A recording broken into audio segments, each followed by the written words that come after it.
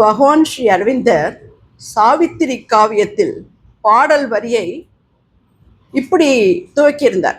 அதாவது it was the hour before the gods awake, a fathomless zero occupied the world.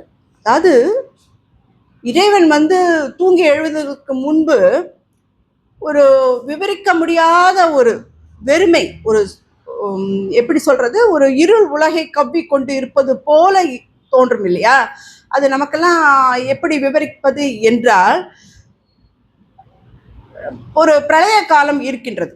அந்த பிரளய காலம் முடிந்தவுடன் இறைவன் என்ன பண்ணுவார்? அடுத்த சிருஷ்டியை ஆரம்பிப்பார். அந்த சிருஷ்டி ஆரம்பிக்கும் பொழுது என்ன ஆகும்? அதுக்கு முன்ன எப்படி இருந்தது? ஒரே வெறுமையா இருந்தது. அதை தான் சொல்லியிருக்கார். எப்படி வெறுமை? ஏன்னா சூரியன் இருக்காது, சந்திரன் இருக்காது, காற்று நீர் எதுவுமே இருக்காது.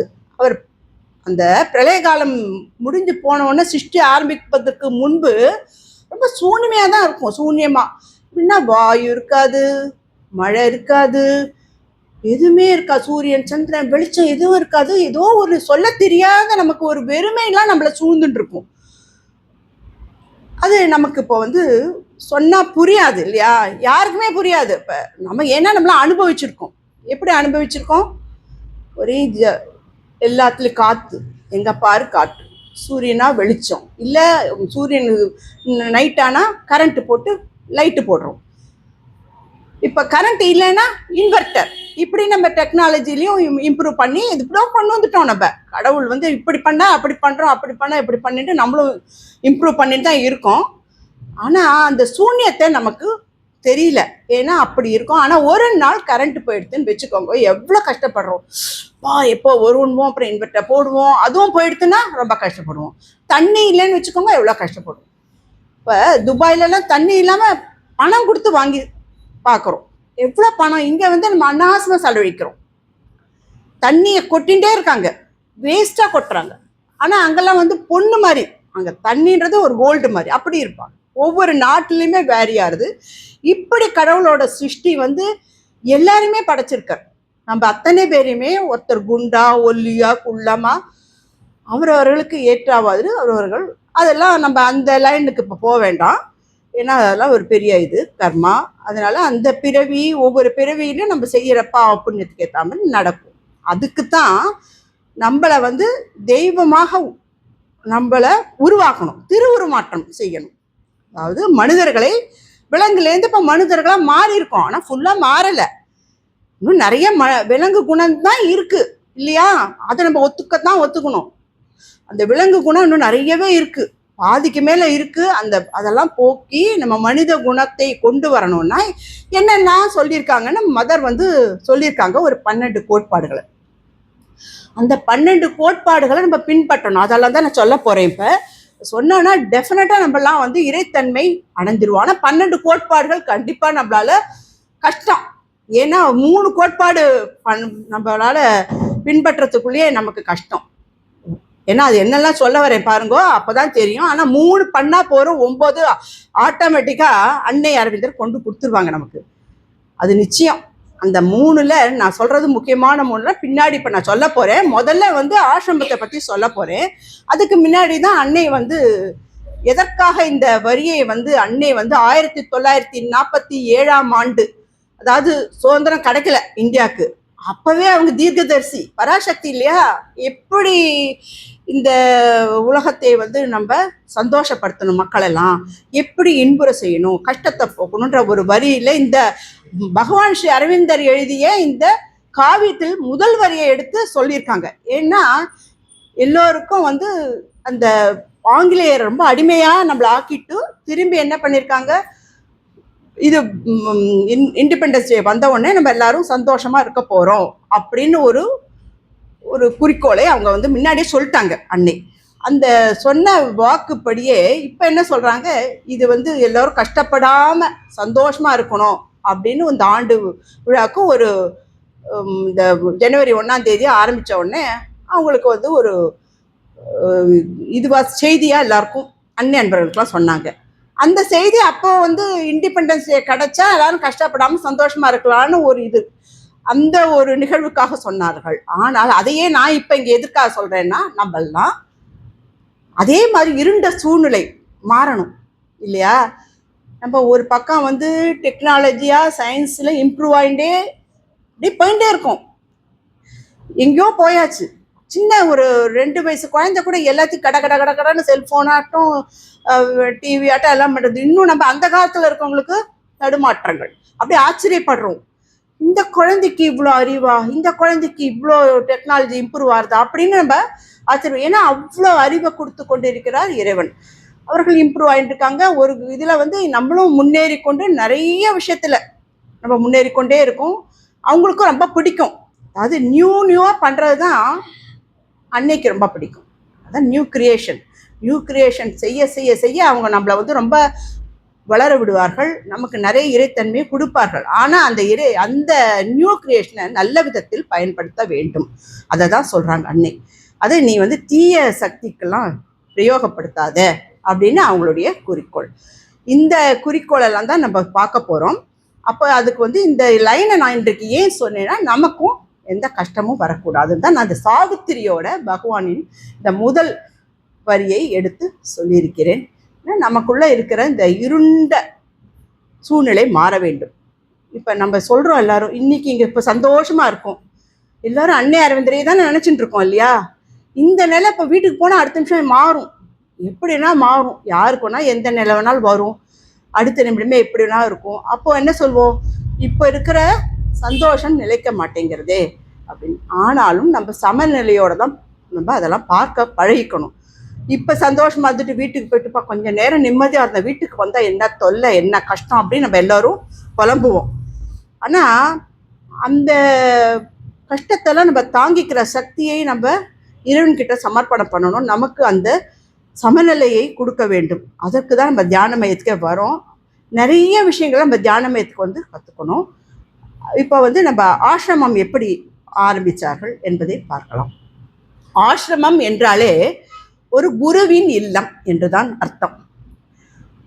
இது வந்து வேற விதத்தில் நாம் வந்து சம்பந்தப்படுத்திக்க கூடாது. ஆசிரமம் என்றால் ஒரு குருவின் வீடு. அதாவது குரு வந்து ஒரு குருவை தேடி சிஷ்யர்கள்லாம் வருவார்கள். அவர்களுக்கு இந்த இறைத்தன்மையெல்லாம் சொல்லி கொடுத்து அவர்களை நம்ம கீழ் இதில் இருக்கோம் இல்லையா, கீழ்நோக்க இருக்கோம் எல்லாரும். அந்த இதுலேருந்து மேல் நோக்குக்கு கொண்டு போகணும் நம்ம மனசை எப்படி இருக்கும், கீழ்நோக்கில் தான் செலுத்தின்னு இருக்கோம். அந்த மேல் நோக்கில் இறைவனை நோக்கி செலுத்த வேண்டும் என்றால் நமக்கு வந்து ஒரு குரு தேவைப்படுறது. கண்டிப்பாக எல்லாருக்கும் ஒரு குரு தேவை. அதற்கு தான் அரவிந்தர் வந்து கிருஷ்ணருடைய ஆணைப்படி கல்கத்தாவிலேருந்து புதுவைக்கு வந்து விட்டார்.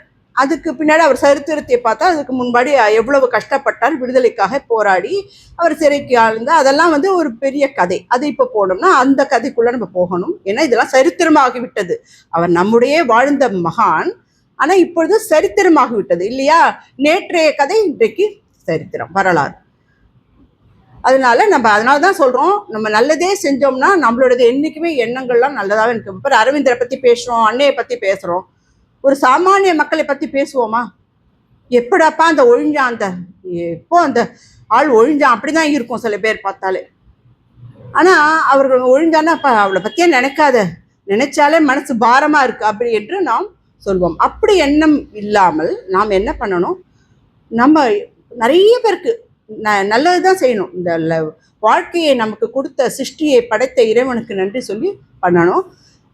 அந்த ஆசிரமத்தை ஆரம்பிக்கும் பொழுது அன்னை வந்து பிரெஞ்சிலிருந்து வந்தார்கள். அவங்க வந்து ஒரு பிரான்ஸ் லேடி. அவங்க சரித்திரத்தை நாம் பிறகு பார்ப்போம். 2 பகவானின் சரித்திரமும் அன்னியின் சரித்திரமும் மிகவும் முக்கியமானது. அவர்களுடைய வாழ்க்கையிலேருந்து நம்ம நிறையவே தெரிந்துக்க வேண்டியது இருக்கு. ஆனால் இப்போ அன்னை வந்து அங்கிருந்து ஆசிரமத்துக்கு வந்த உடனே ஆசிரமத்தில் ஒரு 5 பேர் தான் பகவானோட இருந்தாங்க. அந்த 5 பேரும் அவரை வந்து ஒரு ஃப்ரெண்டு மாதிரியே இருந்துட்டு அவர் என்ன தொடச்சுட்டாரோ அந்த துணியே தொடச்சிப்பாங்களாம். டவல்லாம் ஒரு ஒழுங்கே கிடையாது, நீட்டே இருக்காது. வீட்டுக்குள்ளே போனாலே அந்த ரூம்குள்ளே சின்ன அறை தான், கண்ணாமண்ணான்னு போட்டு வச்சுருப்பாங்க. அவர் பாட்டுக்கு தியானத்தில் இருப்பார். அவர் ஒன்றுமே இல்லை, பரபிரம்மம். அவர் எதையுமே கவலைப்பட மாட்டார், இது பண்ண மாட்டார். நீ சாப்பிடலையா 24 கூட அவர் வந்து விரதம் இருப்பார். அப்படி இருந்தால் ஆனால் கூட இருந்தவரெல்லாம் அப்படி இல்லை. இருப்பார், அவர் சொல்றதெல்லாம் கேட்டுப்பாங்க. ஆனா 5 பேரும் இஷ்டத்துக்கு இருந்தார்கள். அப்பொழுதுதான் அன்னை வந்து பார்த்த பொழுது அவங்களுக்கு கொஞ்சம் கூட மனதிற்கு பிடிக்கவில்லை. இப்படி ஒரு குருவுக்கு நிகரா எல்லாரும் இருக்காங்களேன்னு அவர் குருஸ்தானத்துக்கு உயர்த்த வேண்டும் என்று சொல்லி அவருக்கு தனி குளியல் அறையும் தனியாக, அவருக்கு ஒரு துணி துடைப்பதற்கு எல்லாமே தனியாகவே கொடுத்து, அவருக்கு என்று ஒரு தனி ஆசனம், இந்த நாற்காலிலாம் கொடுத்து இப்படிலாம் அவருக்கு செய்தார்கள். இதெல்லாம் அவங்களுக்கு பிடிக்கல. எங்கேருந்தோ வந்திருக்காங்க, வந்துட்டு இந்த அம்மா வந்து எப்படிலாம் பண்ணுறாங்களே நினச்சிருந்தாங்க. போக போக அவங்க மேலே ஒரு வெறுப்பும் இருந்தது. 1920 இதெல்லாம் நான் வந்து சுருக்கமாக சொல்கிறேன். 1926ஆம் ஆண்டு நவம்பர் 24ஆம் தேதி அவருக்கு சித்தி அடையிருந்தார். அந்த சித்தி அடையிறது அது சுப்ரமெண்டல் பவர் அவருக்குள்ளே இறங்கித்து, அந்த கிருஷ்ணனுடைய பவர் அவர் மேல் இறங்கித்து. அப்பொழுது அவர் தனியாக ஒதுங்க வேண்டும். ஏன்னா அவர் தியானம் பண்ணுறதுக்கு எனக்கு இனிமேல் தனியாக ஒதுங்கி போகிறேன், நான் யாரோடையும் பேச போகிறதில்ல அப்படின்னு சொல்கிறச்சு அன்னைக்கிட்ட எல்லாத்தையும் ஒப்படைச்சேன். நீ இந்த ஆசிரமம் மாதிரி அதை பார்த்துக்கோணும். அப்போது அவங்க சொன்னாங்க இது ஆசிரமமாக, எல்லாரும் சொன்னாங்க இது நிறைய பேர் சேர்ந்துட்டாங்க அதுக்குள்ளே. அப்போ 5 பேர் இருந்தவங்க 50 பேராக மாறின உடனே ஒரு ஆசிரமமாக இதை மாற்ற வேண்டும் என்று சொல்லி அன்றையிலிருந்து தான் நவம்பர் 24 தான் இது அரவிந்தர் ஆசிரமம் உருவாகியது. அந்த அரவிந்தர் ஆசிரமம் உருவாகினோம்னா அன்னைக்கிட்ட பொறுப்பை கொடுத்துட்டு போயிட்டாங்க. இதெல்லாம் பாதி பேருக்கு பிடிக்கல. ஏன்னா அவங்க கூட இருந்தவங்கலாம் எல்லாரும் மனிதர்கள் தானே, ஒரு ஜெலஸ். இந்த அம்மா கிட்ட போய் கொடுத்துட்டாங்க, இது வெளிநாட்டிலேருந்து வந்தாங்க, நம்மளாம் கூடவே இருக்கோம், இவர் என்ன இப்படி பண்ணிட்டா, அந்த ஒரு எல்லாமே காசிப்பிங்லாம் நடக்கும் இல்லையா, அந்த மாதிரி நடந்துட்டே இருக்கு. அவர் காதலையும் விழுந்துருது, அரவிந்தர் காதில். நிறைய பேர் சொல்லக்கூட சொன்னோன்னே அவர் ஒரு அன்னை என்ற ஒரு புஸ்தகத்தை வெளியிட்டார். அந்த அன்னை புஸ்தகம் வந்து அதில் வந்து 4 அம்சங்களாக அன்னை வேலை செய்கிறார். அதாவது மகேஸ்வரி, மகாகாளி, மகா சரஸ்வதி, மகாலட்சுமி என்று 4 அம்சங்களை பிரிந்து வேலை செய்கிறார் என்று அவர்களை பற்றி, அந்த வேலைகளை பற்றியும் சொன்னபோது அதை படித்து விட்டு அவர்களெல்லாம் கேட்டார்களா, யார் இந்த அன்னை, இந்த அன்னை தானா அப்படின்னு. ஏன்னா இவர் ஏற்கனவே மான் கூப்பிட்டு பேர் சொல்லாமல் அவங்களுக்கு அன்னை என்று பேரும் வந்து விட்டது. மதர், இங்கிலீஷில் மதர்ன்னு சொல்லுவாங்க, நம்மளாம் தமிழில் அன்னைன்னு சொல்லிக்கிறோம், வந்து விட்டது. அப்போது அந்த பேர் சொல்கிறது இந்த மாதிரி அன்னை, ஆமாம் இவர்கள் தான். எனக்கு இவ்வளவு நாளாக நான் வந்து ரொம்ப வருடமாக அந்த யோக நிலையில் சாதிக்க முடியாதது இப்பொழுது ஒரு வருடத்தில் அவங்க வந்து உடனே ஒரு 4-5 வருஷத்துலேயே சுப்பர்மெண்டல் பவர்லாம் வந்துடுது. இவ்வளவு எனக்கு உதவிகரமாக பராசக்தியே எனக்கு வந்திருக்காங்க, அவங்க தான் அன்னை, அவங்களுக்கு தான் இனிமேல் எல்லாமே என்று சொன்ன உடனே எல்லோரும் வாய் மூடிக்கொண்டு இருந்து விட்டார்கள். அதன் பிறகு அவர்களை நாடி ஒன்றும் எதுவாக இருந்தாலும் என்ன கேட்க வேண்டாம், அவர்கள் தான் கேட்கணும்னு கேட்டு அந்த மாதிரி வேலை செய்து அவர்கள் இந்த ஆசிரமத்தை ரொம்ப அழகாக நிர்வகித்தார்கள். 50 பேர்ன்றது அப்புறம் கிடுன்னு நிறைய பேர் வந்து சேர்ந்துட்டார்கள். சேர்ந்து, ஏனென்றால் அந்த ஆசிரமத்தில் வந்து பல குழந்தைகளும் குடும்பத்தாரர்களும் வேற வந்து சேர்ந்துட்டாங்க. ஏன்னா வங்காள பிரிவினை நடந்தது. வங்காள பிரிவினை நடந்தோன்னா ஆசிரமத்தில் நிறைய பேர் வந்து சேர்ந்த பொழுது அந்த குழந்தைகளுக்கெல்லாம் அவங்க சொல்லிட்டாங்க, குடும்பமாக இது ஆசிரமம் கிடையாது இல்லையா, அதனால அதுக்குன்னு என்று ஒரு தனி இதெல்லாம் உருவாக்கினார்கள், பிரிவெல்லாம். குழந்தைகளுக்கு என்று கல்விக்கூடம், இந்த ஸ்கூல்லாம் ஆரம்பித்தாங்க. அதுதான் இப்போ பெரிய லெவலில் வந்திருக்கு. ஏன் என்று சொல்கின்றேன் என்றால், அரவிந்தர் ஆரம்பித்த அந்த ஆசிரமத்தில் அன்னையின் பங்கு எவ்வளவு அப்படின்னு அவங்க தான் முக்கியமாக எல்லாம் செஞ்சுருக்காங்க. அரவிந்தர் யோக நிலையில் செஞ்சார், சூட்சும நிலையில் அவர் செஞ்சுட்டு இருக்கார். இவங்க வந்து ஸ்தூல நிலை, உடம்புல வேலை செய்கிறாங்க. 2 பேரும் நமக்காக தான் வந்து இந்த பூமியில் அவதரித்து நமக்காக தான் செய்து, எல்லாமே எல்லா உதவிகளுமே நமக்கு தான், அந்த யோக நிலை நமக்கு தான். ஏன் அவருக்கா? எவ்வளோ பேர் தனக்குன்னு என்று செய்து விட்டு முக்தி அடைந்து போயிருக்க, அவரும் பண்ணியிருக்கலாமே. இந்த தெய்வ நிலையை நமக்கு ஏன் இறக்கி வைக்கணும், நம்ம எல்லாரும் அந்த மாதிரி பண்ணணும்னு ஒரு செல்ஃப், அதாவது எந்த ஒரு மோட்டிவுமே இல்லாமல் பண்ண, சுயநிலைமே இல்லாத ஒரு குறிக்கோள் அவருக்கு இருந்தது. அதனால தான் அவர் இந்த யோக நிலையை, அது பூரண யோக நிலை. அன்னையோட இது வந்து உடம்பால செய்யறது, உடம்பை வருத்தி கொண்டார்கள். எவ்வளோ பேர் பேசுவார்கள், நம்ம ஒரு காரியம் ஒரு அமைப்பு ஏற்படுத்தினால் பின்னாடி நமக்கு பின்புறம் இருந்து எவ்வளவு பேர் கேலியும் புறமும் அது நம்மளுக்கு பேசுவது நம்மளால் தாங்க முடியாது இல்லையா, அதனையும் மீறி அவங்க வந்திருக்காங்க. பெரிய அமைப்பு அது, அது ஒழுங்குன்னா அவ்வளோ அமைப்பு. அந்த மாதிரி ஒரு கிளீனினஸும் ஒரு சுத்தமும் ஒரு சுகாதாரமும் எங்கேயுமே நம்ம பார்க்க முடியாது, அவ்வளோ அழகாக பண்ணியிருக்காங்க. நம்ம அன்னை பராசக்தி. அந்த அன்னை பராசக்தி எப்படிலாம் வந்து ஆசிரமத்தை நிர்வகிச்சாங்கன்னா, எல்லோருக்கும் வந்து காத்தால 4 மணிக்கு எழுந்துப்பாங்களாம். அதிகாலை எழுந்த உடனே பிரார்த்தனை கூடும். அப்போ ஒரு சங்கு ஒலிக்குமா. அப்போ எல்லா அன்பர்களும் கூடிடுவாங்களாம். அங்கே இருக்கிற சாதகர்கள்லாம் பிரார்த்தனை கூடத்தில் வந்து அமர்வார்கள். சங்கு ஒலி கேட்ட உடனே எல்லோரும் பிரார்த்தனை செய்வார்கள். 6 மணிக்கு கரெக்டாக பால்கனி தரிசனம். அந்த பால்கனி தரிசனத்துக்கு ஒரு கதை. எப்படி பால்கனி தரிசனம் வந்ததுன்னா, அரவிந்தருக்கு ஒரு பெங்காலி அம்மா வந்து சாப்பாடு கொண்டு தந்திருந்தாங்க. சாப்பாடு கொண்டு தரும் பொழுது, அந்த சாப்பாடு கொண்டு வரும்பொழுது இந்த அன்னையை பார்த்து விட்டுத்தான் பகவானுக்கு அந்த உணவை கொடுப்பார்களாம். திடீரென்று அன்னையோட அறை வந்து வேற இடத்திற்கு மாறிவிட்டது. அவங்களால் பார்க்க முடியவில்லை. உடனே அவங்களுக்கு ரொம்ப வருத்தமா போய் அன்னைக்கிட்ட சொன்னாங்களாம், நான் சாப்பிடவே இல்லைன்னு 2-3 நாள் சாப்பிடலையா அந்த அம்மா. பட்னியாவே இருந்துட்டாங்க விரதமா. என்னன்னா, நான் பார்க்கல அன்னைய, அதனால நான் சாப்பிடலன்னு எல்லாரும் அவங்ககிட்ட போய் சொல்லியிருக்காங்க. உடனே அன்னையை வந்து, ஏன் இப்படி சாப்பிடாம இருக்கீங்க? இல்லை, உங்களை பார்த்தாதான் நான் சாப்பிடுவேன்னு ஒரு இது. சரி, இனிமேல் நான் இப்படி வந்து போகிற ஒரு வழி அங்கே பால்கனி கிட்ட, அந்த இடத்துல நான் நிற்கிறேன், நீ வந்து பார்த்துட்டு போய் கொடு, அந்த மாதிரிலாம் பட்னி இருக்காதுன்னு சொல்லி சொன்னான். அந்த இடம் வந்து தான் பால்கனி இடம் மாதிரி அந்த இடத்துல இருந்தது. அந்த இடத்துல வந்து அப்போ எல்லாரும் இவங்க வந்து பார்க்கறத பார்த்து ஒரு 4-5 சாதகர்கள்லாம் இவங்க நின்று அவங்களுக்கு வணங்கிட்டு போகிறாங்களா. உடனே 4-5 பேர், நம்ம இதில் தான் ஒரு ஏரியில் ஒரு கதையெல்லாம் இருக்கு இல்லையா, ஒருத்த எட்டி பார்த்தானா என்ன எட்டி பார்க்கன்னு தெரியாம அடுத்த வந்து எட்டி பார்ப்பான். அப்புறம் என்னன்னு சொன்னால் ஒரு கும்பலே கூடிடுமா. கடைசியில் ஒன்றுமே இருக்காது. அவனை கேட்டால் என்னன்னா, சும்மா நான் காற்று வாங்க வேடிக்கை பார்த்தேன் அப்படின்ட்டு போயிடுவான் அவன் பாட்டுக்கு. அந்த மாதிரி இவங்க வந்து அன்னை பார்க்குறான்னு சொல்லி எல்லாரும் பார்த்தாங்க. எதுக்குன்னே தெரியாது. அன்னையை பார்க்குறான், அன்னையை இப்படிதான் ஒரு இது ஆரம்பித்தது. அவங்க பால்கனி தரிசனமாக.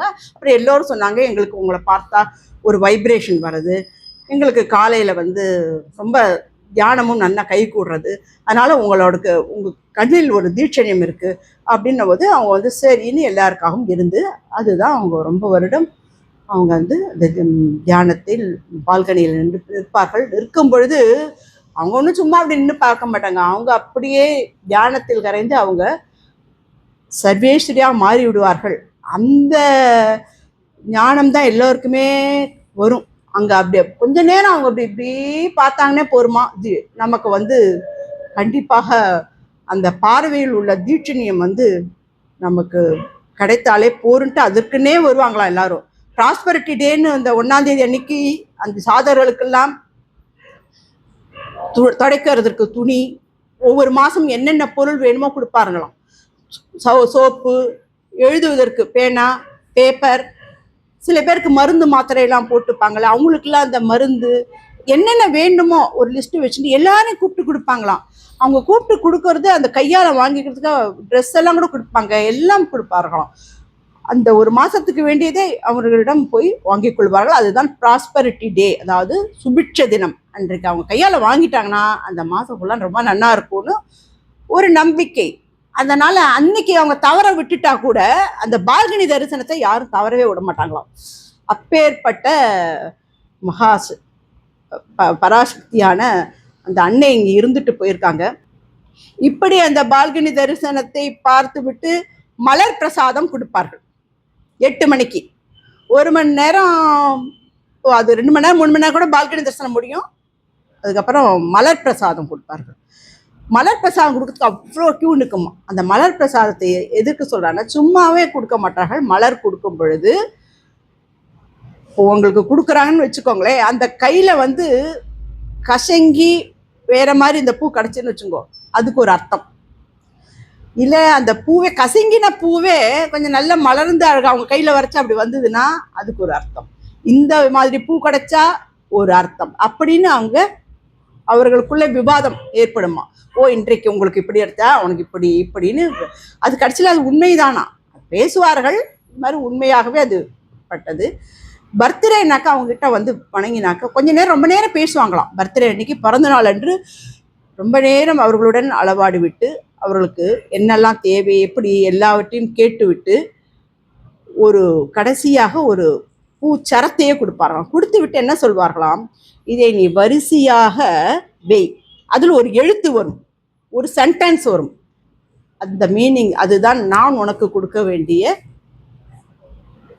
உனக்கு என்ன பிரார்த்தனையோ அதற்கு வேண்டிய பதில் அப்படின்னு சொல்லியிருப்பாங்க. உன் மனதில் உள்ள பிரார்த்தனைக்கு, கேள்விக்கு பதில் அந்த மலர்களை நீ வந்து நான் கொடுக்கும் மலர்களை வைத்து ஒரு சென்டென்ஸ் ஃபார்ம் பண்ணு.